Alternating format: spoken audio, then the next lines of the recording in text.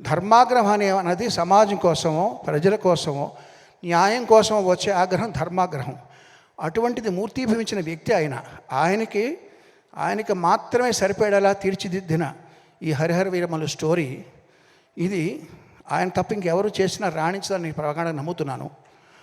First time నేను ఆయనకి చేసే సినిమా కాబట్టి ఇప్పుడు ఒక విషయం చెప్తానండి.